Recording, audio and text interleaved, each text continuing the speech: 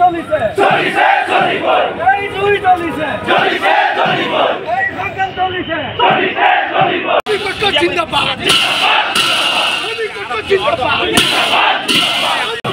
ইন্দ্রি বাবার হুঁশিয়ার হুঁশিয়ার হুঁশিয়ার কত জিন্দাবাদ জিন্দাবাদ জিন্দাবাদ কত জিন্দাবাদ জিন্দাবাদ জিন্দাবাদ চাকরি লাগিব লাগিব লাগিব চাকরি লাগিব লাগিব লাগিব মাননীয় মুখ্যমন্ত্রী তথা অসম সরকারের শক্তিখণ্ড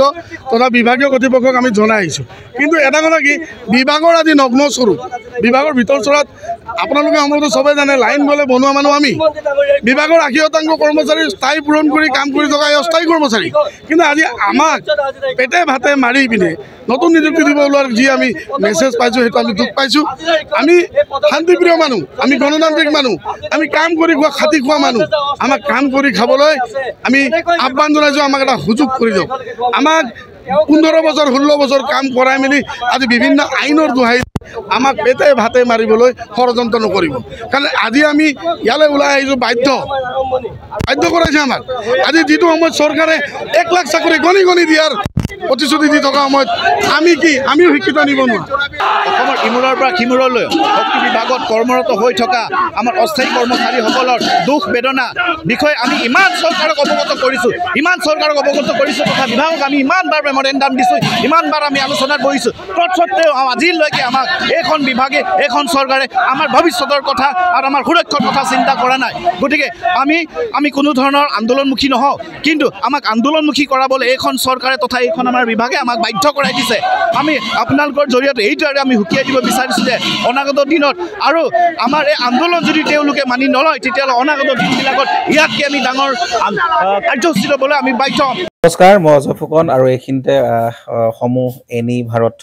চেনেলটোৰ যিসকল কৰ্মকৰ্তা আছে সকলোৰে মোৰ ফালৰ পৰা শুভেচ্ছা জ্ঞাপন কৰিছোঁ। অসমৰ আচলতে সংবাদ জগতত নতুনকৈ আচলতে এটি আত্মপ্ৰকাশ ঘটিছে আমাৰ নিউজ চেনেল এনি ভাৰত আৰু এনি ভাৰতৰ এটা খুব ধুনীয়া এটা অনুষ্ঠান হ'বলৈ গৈ আছে। সকলোৱে জানে আমাৰ সকলোৰে মৰমৰ হাৰ্টথ্ৰব জুবিন গাৰ্গৰ গানে কি আনে আচলতে জুবিনদাৰ সেই গীতৰ আধাৰত আমাৰ হিৰুদাই লিখা সেই গীতটি গানে কি আনে এই গানে কি আনে নামৰ এটি তেওঁলোকে সাংগীতিক ৰিয়েলিটি শ্ব' কৰিবলৈ গৈ আছে আৰু 15 আগষ্টৰ পৰা গোটেই আৰম্ভ হ'ব। প্ৰথম অডিশ্যন অসমৰ ধেমাজি জিলাত আৰম্ভ কৰিব গতিকে সমূহ যিসকল প্ৰতিভা আছে যিসকলে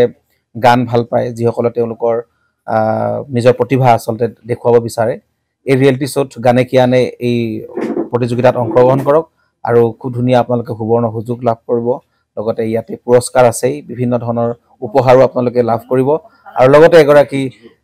প্ৰতিষ্ঠিত আচলতে এগৰাকী শিল্পী হিচাপে অসমৰ সাংস্কৃতিক জগতত আপোনালোক প্ৰতিষ্ঠা লাভ কৰিব গতিকে গোটেই অনুষ্ঠানটোলৈ মোৰ ফালৰ পৰা শুভকামনা থাকিল আৰু লগতে এই অনুষ্ঠানটোত আপোনালোকে অংশগ্ৰহণ কৰিব আমিও আছোঁ আৰু সকলোকে আমি লগ পাম ধন্যবাদ।